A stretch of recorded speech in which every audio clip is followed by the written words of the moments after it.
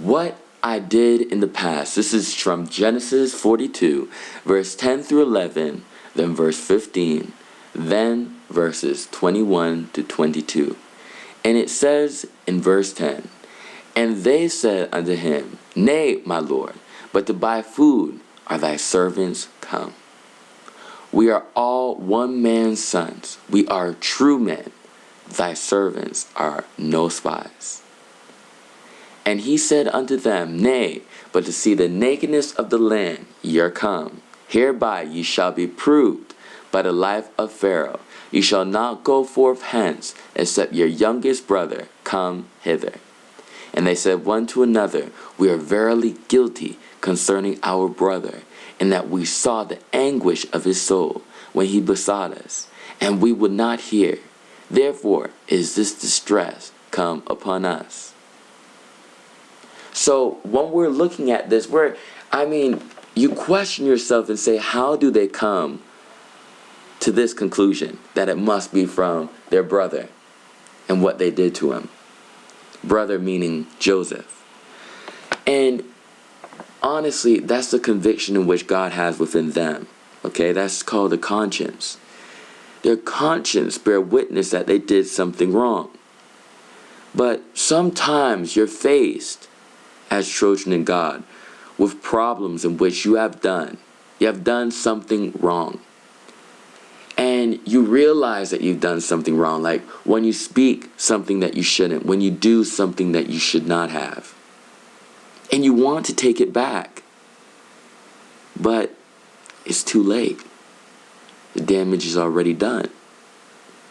But what you're going to learn, especially within this message, is that when you're with God, everything's a lesson. And if you didn't learn it the first time, He has the power within Himself to allow you to prove if you are true children of God.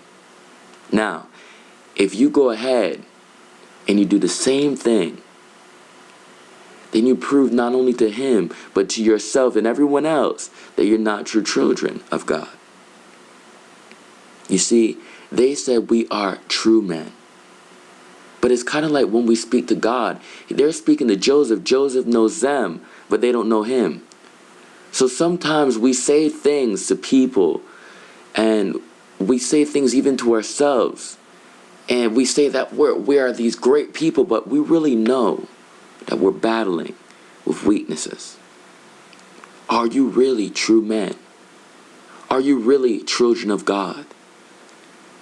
Are you really perfect? Now, I don't say these things to discourage. I believe that you could do anything. That's the reason why it's in your head. You know, you don't come up with these things by yourself, but you have to work on it. And in 22 it says, "And Reuben answered them, saying, Spake I not unto you, saying, Do not sin against the child, and ye would not hear? Therefore, behold, also his blood is required." So Reuben, being the oldest one, he understands that he did better, but he could have done more. And that's really what we're hearing him say. You know, he still feels guilty because he felt as though he could have done more. But in the end, he didn't do more. And in the end, he was held accountable for all the mistakes. You know, in the law, it teaches us that we could be found guilty based off of association, who you're around, who you're dealing with. When you are with friends and family and whoever the title may be, you have to learn that their actions could depict your future.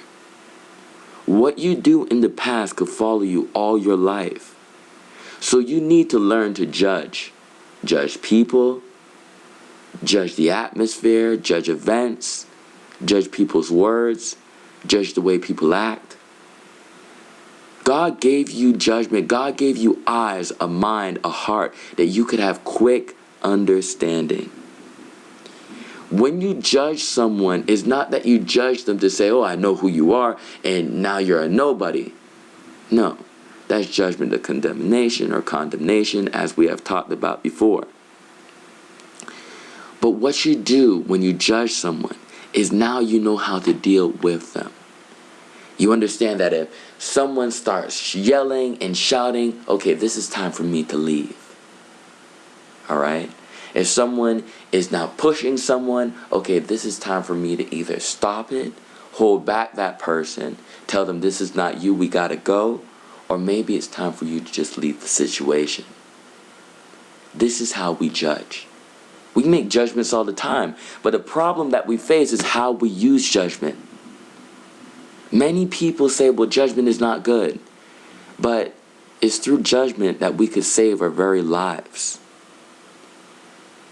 So what they did in the past is coming back in their future. And they're faced